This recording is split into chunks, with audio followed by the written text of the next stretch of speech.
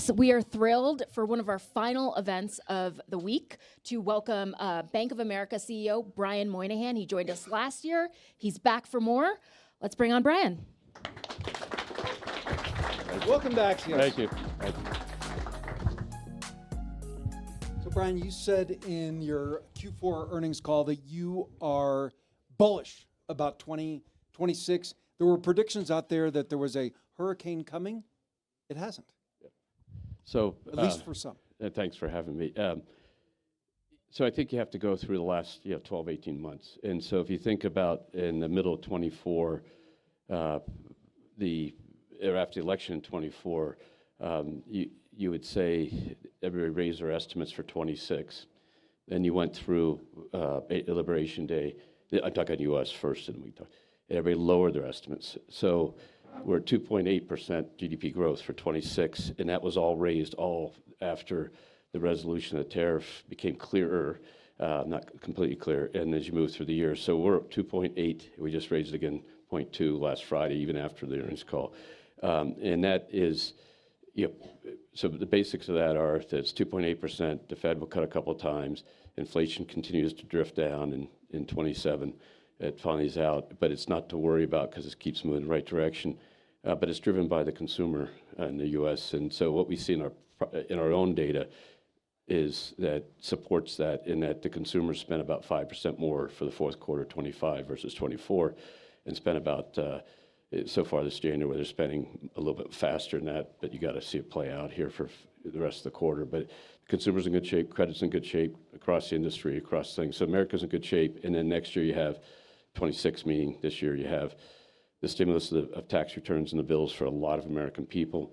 You have the stimulus on the business side, and then you have the AI build out, and then you have this more certain arena around tariffs. And frankly, tariffs are now sort of in the base. So people have adjusted their methodologies, and whether it leaks in or not, it won't be as inflationary next year as it could have. It turned out not to be as inflationary as many thought, but it won't it'll have a lot less effect next year. I feel like you are vulnerable a little bit to the dichotomy that the administration is, and that is that the consumer data is good, but people are worried. Not everyone is feeling. Yeah. So the interesting thing is, with everything going on, and you've probably talked about it all week, a lot of the polls would say the consumers are not in good shape. They'd say, I worry about X. By the way, they always are worried about stuff. The second point would be the K-shaped question. So there are differences in growth rates of spending of the lower third of income consumers of Bank of America versus the middle versus the upper, but all are growing. And if you look at wage growth, there are differences in wage growth, but all are growing. And so this is a question of sort of how high is up, or how far, or whatever, as opposed to people are going backwards. And so what I always use, like in the fourth quarter, our customers on their credit cards spent 10% more on cruises in 25 fourth quarter and 24 fourth quarter. That is not consistent with people worried about what's next. And the reason why they're not worried is the unemployment rate. It is very low in the U.S. And so they know they have a job. They're not being told. But that worry wall that's always out there for everybody is there, and it's impacted by the environment around. But if you actually watch what they do, which is actually what you ought to watch what happens, it's real-time data. And by the way, they're spending just as much on cruises this January over last year so far, and out to dinner and stuff, which is not consistent with people really worried about their economic picture. We're honored to have you on our stage. You've been everywhere here in Davos, including very late nights. Your sweep scores must not be too good. You rent the week, so. But Bank of America has been a great friend of Axios going back to day zero. On Sunday, we're turning 9 years old, and you were there before we even had a name, so thank you. And you had all your hair back then, too. Save a lot of money on product. Yeah, You've been coming to Davos for a long time, but one thing I noticed that's different this year, you have a new friend this year, David Beckham. Yeah, so Sir David. My bad, Sir David Beckham, you're right. Our relationship, we've announced our relationship with one of the great soccer players in history, one of the great businessmen around soccer and other things in the U.S. and owning the Miami team and now building a new stadium. But I met him last year here. We talked a lot about it's a relationship he has had with kids. He's been a UNICEF ambassador for 20 plus years, how he thinks about democratizing sport, how his experience, the opportunities he got as a 14-year-old that he was taken out and taken to Man U, and by 17 he's on the big team in front of 1 billion fans.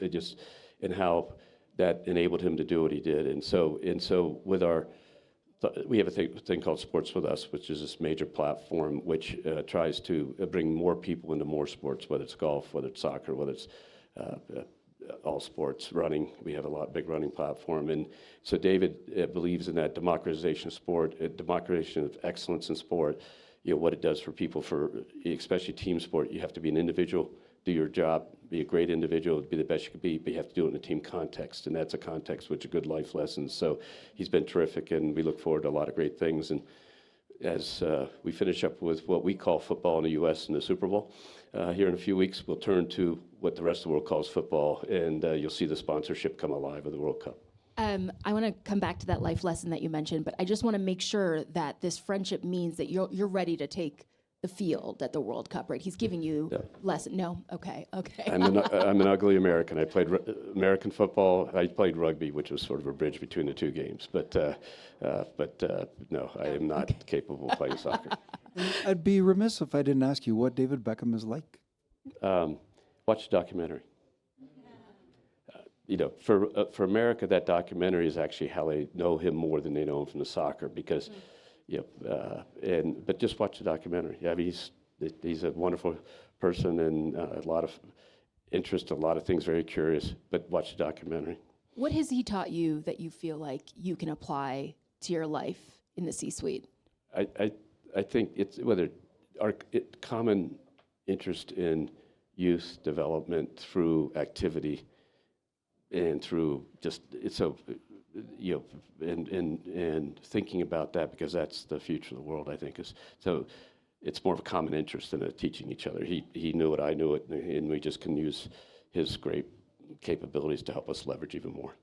There was a breakfast downstairs this morning here at Axios House, including your colleague Jessica Oppenheim, where some of the corporate officials were talking about the fact that many employees are reluctant to identify their workflows for their employers because they're worried that a robot will replace them. You have 200,000 plus employees. You've been forward-leaning on AI, including your Erica feature. How have you handled that very natural human trepidation and possible even pushback?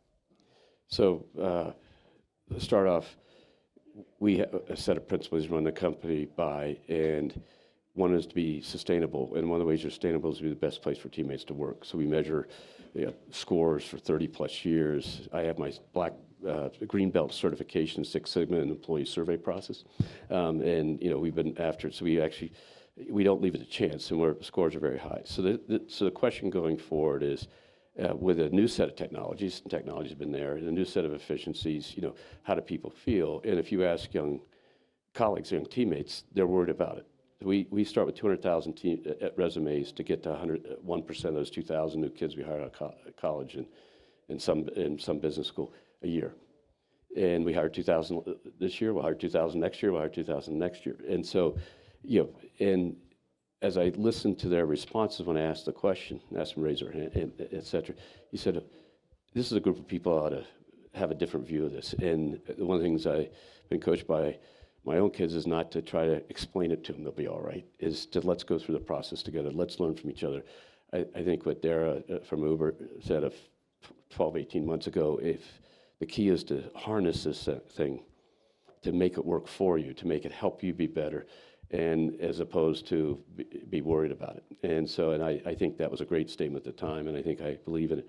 So we involve in the process, we have a catalytic process around the AI implementation, tons of listening sessions. Tell us how we can make your work better. If you actually look at employee scores, the only thing we can do to really move them is to make their jobs easier.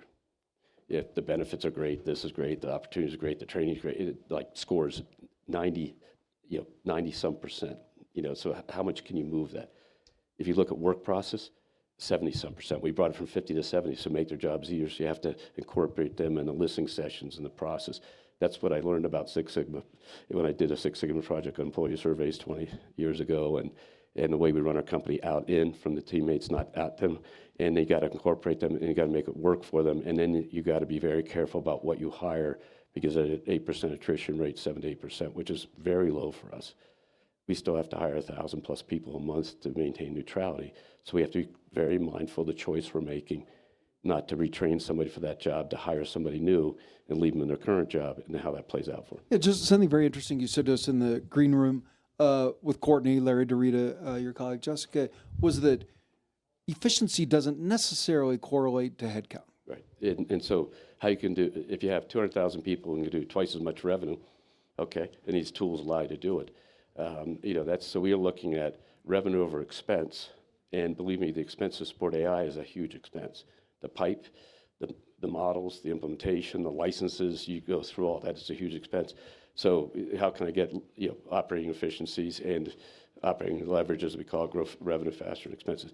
I'll give a fact that 5-6 years ago here, we believe it or not, we were already having this discussion.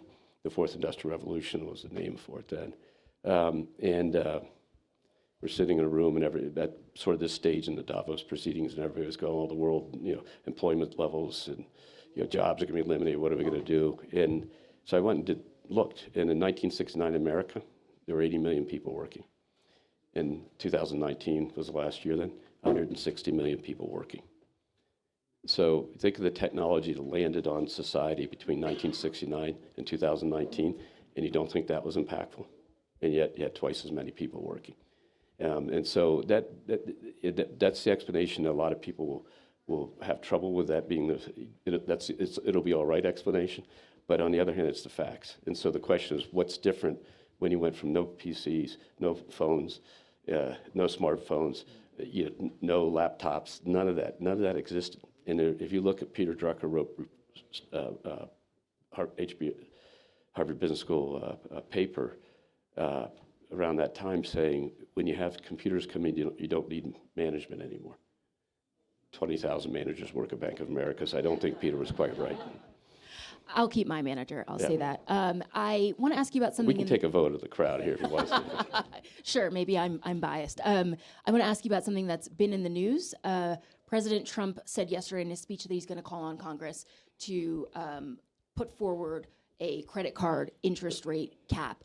I know what the big banks have been saying about it, but I wonder, is there anything that could help you get behind this policy, or is it just an outright no? Well, I think the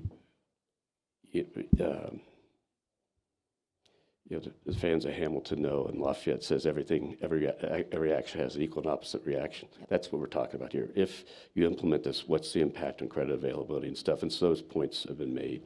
The question, though, is let's flip around about affordability. So what have we done across the last many years at Bank of America? We have a $500 loan product that you pay $5 for, no interest rate at all for emergency loans for people. We have a no-frills credit card, no rewards, nothing like that.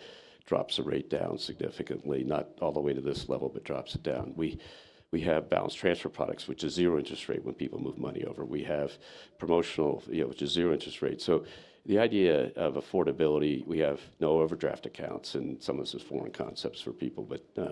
But what we did is basically took the cost of having a bank account down dramatically. And through the efficiency we gained by having half as many people work in consumer from 20 years ago, we've been able to pass that through the customers. So the affordability issue is real, as expressed by our customers on housing and food and other things, as you see in the papers. So the question is, what's the bridge? And I think we're all trying to work on something that can achieve the reaction without the opposite reaction. So how can you make potentially an ability to have a product which can provide a one-year lift at a lower rate that people could access without repricing the whole book and dealing with credit reallocation and everything. So we're all trying to noodle on that. But the issues of affordability are real and are also in people's minds, and both of those people respond to. So you do think Sorry. Okay. You do think that there is a role to play for corporate America in the affordability argument? The number one role is let the capitalistic system run, which is because, believe me, the return on assets of the banking system in the U.S. has gone down for the last 30 years like this. We've gotten more efficient to turn that into a better return by managing risk well, by take out costs and stuff like that. But the return on assets is not, we don't make more money than we used to make. There's periods we make a little more and give it back and stuff. So, so the idea is that to me is the best idea. Just you let the system, as inflation goes through the system and wage growth continues, you'll see the equilibrium, which is, people will feel the equilibrium. Right now they don't feel it, even though it's actually technically, you get economists who'll tell you it's more equal, but people don't feel it because the timing is different. But as time passes. What have you learned about working with this president, this administration, and you kept your hair? So there's a philosophical viewpoint when over time I'm always asked, I've been CEO, this is my 17th year, so think of how many prime ministers in England have been around in my tenure. So or the prime ministers in France or whatever. So when Mrs. Merkel retired, that was the only person that was ahead of a country that started when I started. So you've gone through this transition. But what I used to say to people is, our company's been around since 1784. And there were some tough things in American politics. That one in 1800 was really tough, and we were there for that. So our job is to work with every administration, and what we've been working with this administration, in part, is to talk to the rest of the. It's just to try to explain that you don't need to try to divine. Listen to what they say. Security, Greenland, we need it dealt with. It got resolved last night. Don't get caught up in what you think they're saying. Just listen to what they say, and I think they've been very straightforward. So my job, my team's job, more importantly, is helping them understand what we see in the consumer data, for example. It's very important because the data is how they think about it, what we think are good policies, how they can promote growth, how they can engage the world to help promote the great allies growth and stuff. So we work with, it's easy. I mean, but the advice I give you is 4 big policies: tax, trade, immigration, and deregulation.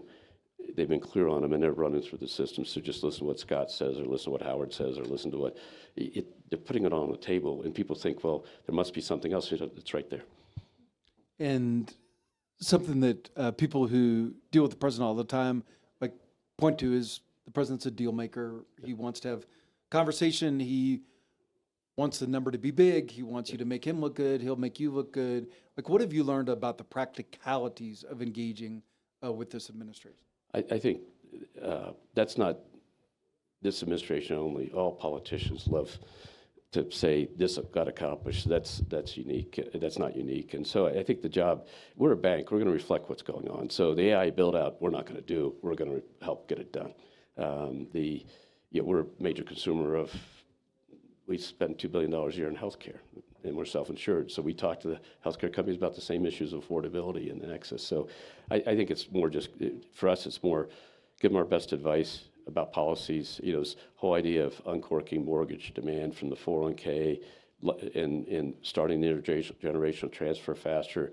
We've put the ideas on the table we think work better than maybe disrupting the way mortgages work in the history of the United States, which is a big, liquid, huge market. So you're always trying to say, okay, what do you want to accomplish? Maybe here's a way to think about it. It's their decision, but here's a way to think about it that might be more beneficial for all our customers. You're FIFA's official bank partner for the World Cup, which will be in the U.S., the North America, June and July. Yep. At the time that was announced, you said that soccer connects the world like no other sport. Yep. What are you hoping to get out of that partnership, and what do you see occurring? For our audience, what can they look for as far B of A engagement manifestation of the FIFA partnership? So if you live in the U.S., this is going to feel different than a way outside the U.S. because we have 70 million U.S. consumers. So there's engagement between our consumers and soccer, and so again, what we really are pushing is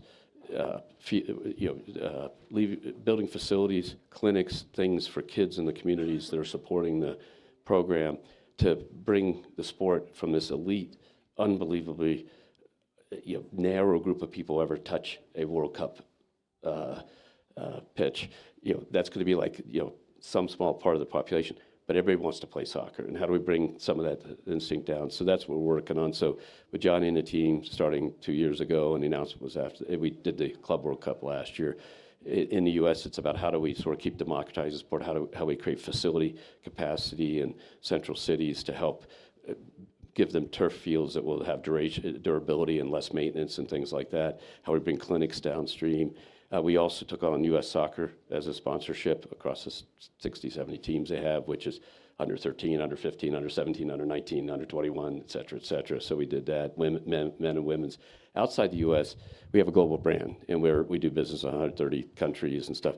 It's one of the ways that we can actually have our brand transmit outside the U.S., because without a retail franchise, it's done. And so the biggest impact is how many tickets requests we're getting from our people outside the U.S. to come to games. And so it's a lot of fun. But our teammates around the world are through the roof on this thing, because there's very little things that we do that have reverberation with the humans outside the U.S. as this has at all. So we've done a lot of great things, a lot of great programs that were read in Africa, and AIDS, this, that. We just took, next year we'll begin our first year of the sponsorship of the Great Ethiopia Run, which is a huge run in Africa. So we've done those things, but this is unique. And so it's, as we try to explain to our U.S. colleagues, it's 100 and some Super Bowls at once. So. I want to remind you of something you told me last year, exactly a year ago, that I've really been thinking about as I cover the economy. You said that lower regulation, lower taxes, those two forces combined would offset the potential economic weakness from tariffs. I wonder, when you reflect on those comments, how has that played out, and do you feel similarly in 2026? You feel more than similarly, because it's sort of proven out already in some respects. So if you looked at the predictions last April, May, as a deal got done and a second deal got done, which was going back to advice, we said get one done so people could pattern off that deal and say that's what this deal looks like. If you look at the impact, it's less, because the actual tariff rates are different than people estimated. But the other aspects of this, making sure the tax law didn't go up, which was the risk of the corporate world, corporate America. And so that's already come through. And so at the end of the day, our economics team went from a 1.5 rate for GDP in 2026 after the Liberation Day and after the tariff regime was announced, to 2.8 now. It's only 4 quarters. So they're basically saying it's out of the system, and it's actually, oddly enough, in the way inflation is calculated enough, it's actually, you roll over the last year, so the impact in inflation debate's going down. We always thought it was about 0.2 or 3%, and we were probably high. We're going to let Brian drop the mic with one fun thing. In this case, it's going to be one useful thing. But first, I want to thank all the people in this room for making 4 days of Axios House events so successful. Like, everybody's busy. There's lots of things that make it hard to get around. And it means a lot to us that you're here. I mentioned at the top, Axios turned 9 on Sunday. And we're very proud of what we've built, including the incredible newsroom that includes Courtenay Brown. So thank you for coming. And the Axios Live team, if you pass a member of the Axios Live team, they've been working 51 weeks on making sure that this is going to be an amazing week for all of us. And we show up and everything is perfect, and it's astonishing. So thank you to Axios Live, and thank you to Bank of America for being a great friend since Axios was just an idea. We're all lucky to be here. So our one useful thing, kind of like Axios, finish line. Brian, you're very involved at Brown University. You're on the board there. Everyone in this room who's lucky to be here should be a mentor, or should be doing something to pay forward to a peer, someone beneath them, a young person in their life. Brian, smart brevity, one sentence. What's a tip or piece of advice for being an effective mentor, for changing the life of a young person in your life? Listen. You have to listen, because that will allow you to actually, our line of positioning for our brand is, what would you like the power to do? Not what we'd like the power to do, what you'd like the power to do. And so listen, and then give the advice based on the person, what they want to do, and your wisdom. But listen. Drop the mic. Thank you, Courtenay. Thank you, everyone, for joining us. Thanks for making that.